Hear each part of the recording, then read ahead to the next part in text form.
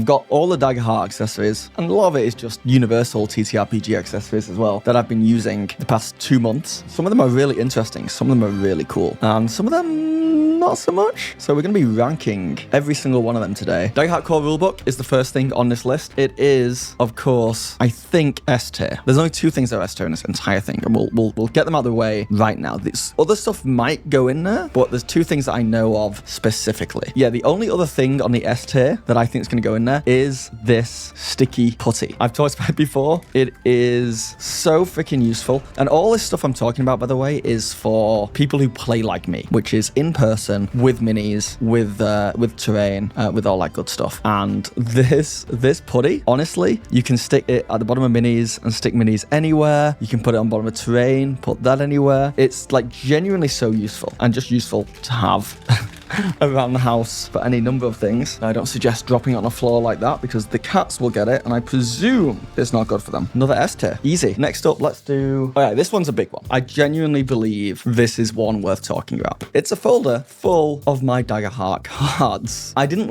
always pulling cards out the box. I kept losing track of where they would be. Like if I was trying to find a specific card, it was hard for me to find sometimes. It's very annoying. So getting a folder like this honestly has made my life so much easier, especially simply for choosing cards when you level up or making characters. There's some missing because those are what my players are using, but yeah, it's so easy to look through. Also, I don't know if this was planned, but I presumed it was. Most of these are 3x3 on pages, meaning there's 9 in total, and most Daggerheart sets of cards come in divisions of 9, so it's really, if you've got a little bit of an OCD brain, everything fits in this folder surprisingly well. The book is A tier, and also everything for these items should be in the description. All links for them as well. Well, on card holder, I have a few items here that have been sent to me by a seller on Etsy, and their link is in the description to check out. And one of the things they sent is this card box holder that says fear and hope on either side. And when you open it up, it's not full of cards right now. It's got some cards in there, but it's got individual holders for each section of the cards, which is really cool. If you didn't want to use a folder like we just looked at, then something like this would be a great alternative. I'm not using it as much because I'm using the main folder, but certainly as I get more cards or as my players level up and gain more cards, I might start putting stuff in there as well. So card holder is, for me, it's useful. For some people, good. I'm gonna put it in C, and I should go through what all these mean because that might look harsh. S tier is fantastic. I cannot live without. Crazy good, right? The core rulebook's there because I don't think you can play Daggerheart. Well, you can play Daggerheart without it, but I think if someone's going to ask me what one item should I buy to play Daggerheart, I'd be the core rulebook. A is great. I highly recommend. It's something I use a lot. B is good. C is, some people will get a lot of use out of it. I personally don't, and I think a lot of people won't get that much use out of it, but for some people it's well worth it. And then D is just, I don't really use it, or I'm a little bit disappointed in it. Some people like having the cards and cycling through them in their hands, and other people kind of want it to be more like a character sheet page, and putting them in something like this really helps them, and they can just have all their cards on one side. They're double-sided as well, so you can put them on the other side as well if you wanted to. I don't use this, some of my players do. They really like it. They're super cheap on Amazon as well. So the single sheet boys are, for me, they're gonna go in B tier because I'm basing it on the ones I got, the cheapest ones. I'm sure you can get some really nice quality versions of them, and some players like them, some players don't, so it's kind of it's a weird one, so that'll go in B. Next up, Dragon Shield.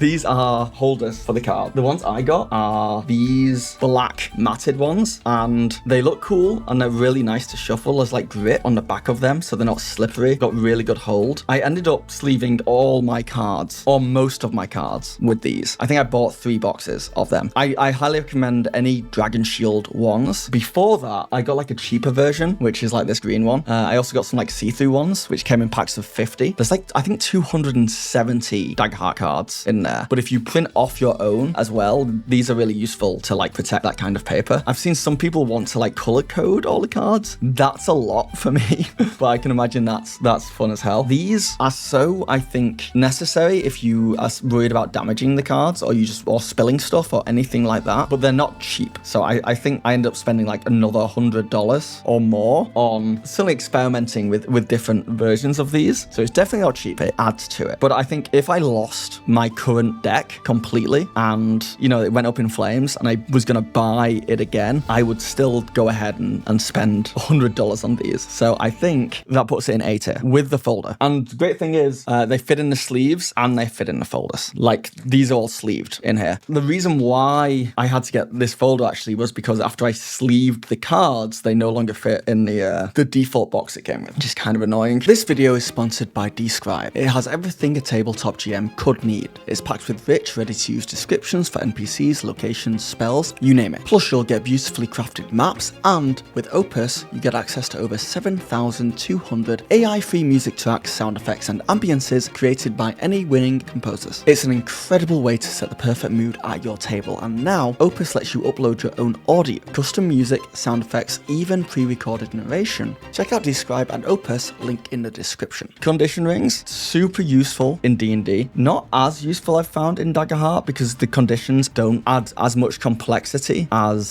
they do in D&D. Daggerheart's just simpler to run with that stuff, but there's still a lot of stuff that gets thrown about. NPCs can, or players can still be, you know, put to sleep or be affected with a lot of things. So it's really useful to have a way to actually mark the enemies. But it is true, like there's a bunch of different things here, like blessed, frightened, poisoned, grappled, hexed, when there's just not that many conditions in Daggerheart, but they're still incredibly useful to have for me. And I think once they get into higher level play, they're going to become even more useful. But for most people, not necessary. So I think, I don't know, what do you guys think? B or C for condition rings? I kind of want to put it in one of those guys. Is this something you guys would use and be useful? It's not going in D, Hamdinger. C, honestly. Yeah, I'm thinking C. I wanted to put them in B, but now after talking about it and looking at them and like, I don't think they're as clutch as I kind of initially thought. So I think C. However, something I do have for D&D and now use a lot in Daggerheart, flyers. People be flying in Daggerheart. It's a very common thing for you to have a game where one or more of the players can just fly. Same with enemies. And because like you don't have to follow distance rules as much in Daggerheart most of the time, these are actually more useful because you can just say you're very high up in the air or you're lower. It's just a sign that you are flying. It's a really cool, I don't even do it as a way to know what's going on. I do it just as like it's like an immersive thing. It's like you look at the terrain and you're like, oh, that person's flying. I can see that.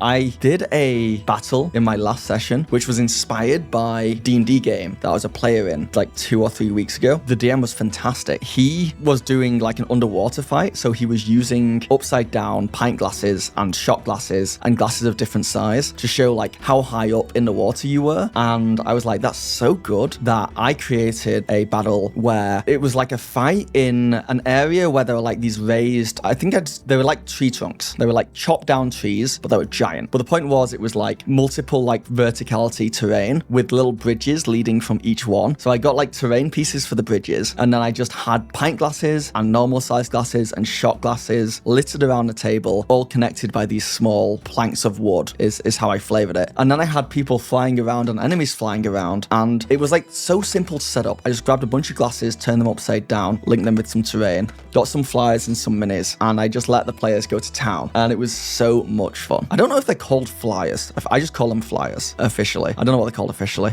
Flyers are, for me, well, here's the thing. Once again, it's not like every table is going to be using them. So they're B tier. They're good. Like, they're good. The flying stands are usually called flying stands or risers. Thank you. Yes, risers. Maybe not flyers, but you guys know what I'm talking about. I have a printer in here. I have a printer in here because I played D&D for like half a decade and I barely ever used our printer. I just did everything online or I like used the books. I never really printed off resources. With Daggerheart, I started printing off like resources, whether that be maps or one thing I do is like if my players go to a shop in Daggerheart, I just give them literally the page out the book that is the items, like the equipment page, and say this shop has just tier 1 items. And they go shopping. They look through the list and be like, oh, well, I'll take one of these or one of these. I've also, because I'm like going computerless with this, I'll print out enemy stat blocks and stuff. The printer has like made my life so much more easier and my games so much more interesting. And you may think it's a faff because like, of course, it's a printer. Like it is what it is. But I can't believe I went for so long without printing stuff off. It felt like more prep than it was worth, but it's not. It makes everything easier. So it's going to be A tier for the printer. This is not so much a Daggerheart accessory as it is just a TTRPG accessory. And I just want to show this as kind of like a break from this. But this is the Daggerheart dice set. I think I'm pronouncing that right. This was sent to me by the Curiosity Box, which is like a subscription service. And I just want to show this off because it is dice from D1 to D10. So you literally have a D1, which can only roll on 1. You have a D2, which can only land on 1 or 2. You have a D3. I know, there's some weird, what's the other? There's a D7 in here and a D5. And a lot of them are never going to get used. But I don't know, there's something, I wish they had D12s. I wish they had like some D12s in here as well. But this went over and I was just like, these are just the weirdest dice I've ever seen in my life. This is a D7. It's also a D9. Just in case you're ever in a world where you want to roll a D9, if you have 9 options for tables. But you get this for free if you subscribe to Curiosity Box. It's well worth it. It's really good for teaching new TTRPG players because they can just see they're all numbered. It's very obvious what they all are. It's very cool. Future Phil here. The folks at the Curiosity Box gave me a code, bonus25, when you sign up to get 25% off your first box. Link in the description. Next up, let's do some fear trackers. So these, again, were sent to me from the Etsy seller. Link in the description. I got 2 fear trackers from this guy, which we've looked at in the past. We have this one, which is all moon-based. And when people give me fear, I go like this and go like this. And then the one I use in every game is this one. You got hope and fear on the side, on the back as well. So I know which way is which. Because sometimes it can get confusing. So I know when I get a fear, it goes bloop, and it sits on the top of my GM screen. I cannot stress enough how much fun having some kind of fear tracker is. It doesn't have to be like one of these. It can just be like moving fear over into a bowl in front of your players, but having some kind of system is so good. But I'm kind of ranking them on these guys, which are incredibly cool. They are 3D printed though. You can kind of see some of the lines, but they sit perfectly. They do the job and they look cool. So I've got the 2 of them here. I think the skull one is going in A tier. I really, really like it. And then the moon one is gonna go in B tier, but simply because I just don't use it as much. I think it's really cool in theory, but the different shapes, I don't know, confuse me a little bit. But one thing you can also do is, my GM screen's over there, but if you've got a GM screen, you can put both on like 2 sides of it, and one can be your fear tracker and the other can be like a countdown one, which is really cool. I don't actually have these in a list, but I thought they were important to talk about because I've gone like computerless for the most part. Certainly in combat, I just don't have the computer near me. Having a small notepad of any kind, doesn't have to be this one, is so useful. Since I've gone for a small notepad, I have so much more space around me on the table. And then the other items I want to show off are just mechanical pencils for the players. You can rub stuff out, you can write stuff on. Very, very useful. They're not in my list, but I just wanted to point them out. What is in my list, however, health potions in a bottle. I bought this for D&D and I've used it for D&D a lot, but it's one of the rare items that is actually better for Daggerheart because there's just more potions going around in Daggerheart. At least that's what I found. Stamina and health potions. And I think a common health potion in Daggerheart is 1d4 plus 1. So you just take all these out and just leave 1d4. And it's just fun to like roll out or to hand out to players to have them there. Especially because Daggerheart feels more like a tactile thing where they have tokens and items in front of them and cards. And then this just is like an extra thing to go next to it, which is really nice. But like some of the other stuff on this list, not entirely necessary, but I do really like the idea of them. So they're going to be dropped in the B slot. So also sent to me from the guy on Etsy, link below, are these range trackers. Once again, you can tell they're kind of 3D printed, but they're light, they do the job, they're easy to read. Even this one that's all black is still pretty easy to actually read at a glance. Maybe not on this camera, but it is. These are so useful. I got sent 3 of them and I have them surrounding the table in front of like all the players. Each player can kind of pick one up and just figure out exactly how far they can move or how far an ability goes. And they're genuinely super cool. These alone have sped up my combat like a lot because I'm still using battle mats, right? So there's still squares to count, but these have just sped it right up. Because of that, A tier. I feel like A tier. Am I too kind? No. I would like everything in A tier. If I like lost tomorrow, I would go out and buy a new one like straight away without a doubt. I just think a lot of these are going to be A heavy, but they kind of make sense because a lot of this stuff I bought to play with, like I did my research and got. So yeah, this is going to be A heavy because next on the list are these envelopes. I was so surprised at how cheap these were on Amazon, and literally at the end of every session I hand these out with one of these, the cards situation, and my players put their cards, put their card sheet, puts their notes or anything else they're using in one of these, and the next session we just pull them out again and all their stuff's all together. It's like really useful because that's kind of one of the downsides of Daggerheart. It's like got a lot of components that you need to like store and that you need to like organize. So having one of these is so cool. And this is the one I use for me as a GM. So I've got stuff in here like equipment lists. or enemy stat blocks, or what happens when you level up. Like, just really cool, easy information that are gonna help me GM. And like, I don't know, having one of these folders just with everything I need in is really nice. But that's just coming from someone who's like not the most organized in general. So these envelopes are very, very good. I'm gonna throw these envelopes into B tier. I think they're on par with the single sheet card stuff and the rest of this stuff here. Like, you can live without it, but it makes everything easier. Next up, you know it's a fan favorite. It's battle map books. These are so good for especially Daggerheart, because Daggerheart kind of has a more impromptu, improvised style. So you can just grab one of these books, of which I own 3, flip through it, find a battle map you like, throw some terrain on there. Useful for D&D and Daggerheart and other TTRPGs. I talk about these too much. I love them. I think we have another S tier on our hands. I said there wouldn't be another S tier, but it is. They're S tier. They're so good. I want to thank everyone, because I said every time I get a new Patreon member or subscriber on Twitch or channel member on YouTube, I will make another Daggerheart video or piece of content. I've had like 10 over the past 2 weeks, which is phenomenal growth for those things. So because of that, I've got to make like 10 videos. I'm going to cheat a little bit, and like some of those maybe streams. Maurice, thank you for the gifted subscription to Ringtail. 11. So I need to make 11 pieces of Daggerheart content now. I'm counting this as one of them. And when I edit this down to a video, I'm going to count that as one of them as well. Otherwise, I'm not going to be able to catch up. So after today and after I release this as a video, I'll be down to 9. But I want you guys to know, thank you. It's hard to tell if people really want Daggerheart content or not, because the views aren't quite there yet, on my videos at least. So I don't know. But the fact that when people like come through and like join my Patreon, I'm like, oh, people want this. So it's really good to know. Next up, not on this list is stuff like my GM screen, which I really do love, as well as the other stuff in the limited edition box set. I've not put that on the list because you can't buy it anymore. I think it's pretty unfair. Until they release more stuff like this, it's kind of pointless, because I just don't think you can get your hands on a Daggerheart like GM screen or a bunch of other stuff in here, including like the dice. However, we can talk about some stuff that we got in here. For example, these tokens, which I think there's like 12 different colors in here. God.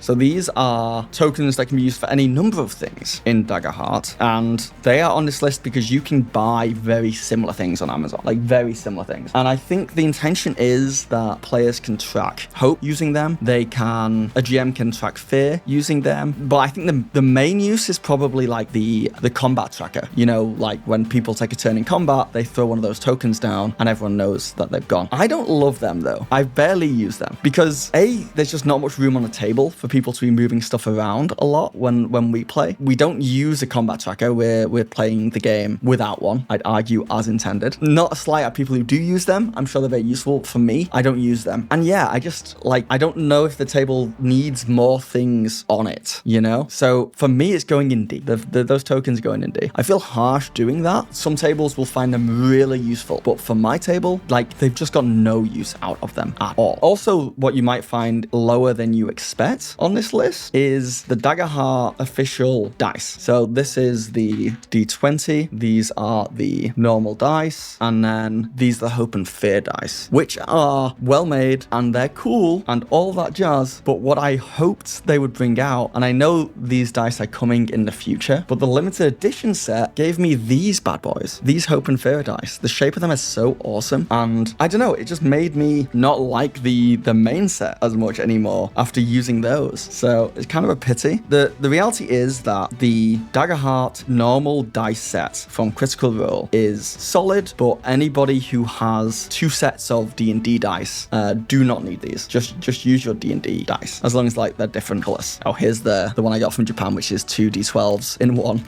Which, I don't know, I'm just proud of that. So because of that, this is going to be my most controversial move, I think. I'm going to put the official Daggerheart dice set of Critical Role in C tier. I think they're good, but I don't know what I was expecting, more somehow. And then the final thing on this list is the Daggerheart characters in a box that are not released yet. There's going to be a Kickstarter starting hopefully soon. You're going to be able to buy full sets of cards for different classes. Good idea. Like, I don't hate it. I think some people will get use out of it. I wonder just how many people will. I think that's why they're kickstarting it, to find out. So I feel like most tables won't go out of their way. When you think about how many D&D players have bought, say, the player's handbook, in my mind, it's a similar vibe to that. Like, no one's going to buy it. Everyone's going to rely on the GM to do all the heavy lifting. Glad they're making it. I'm glad it's going to exist, but especially because we have that printer up in A tier to print out stuff. So, going to go in C tier, and that is the tier list done.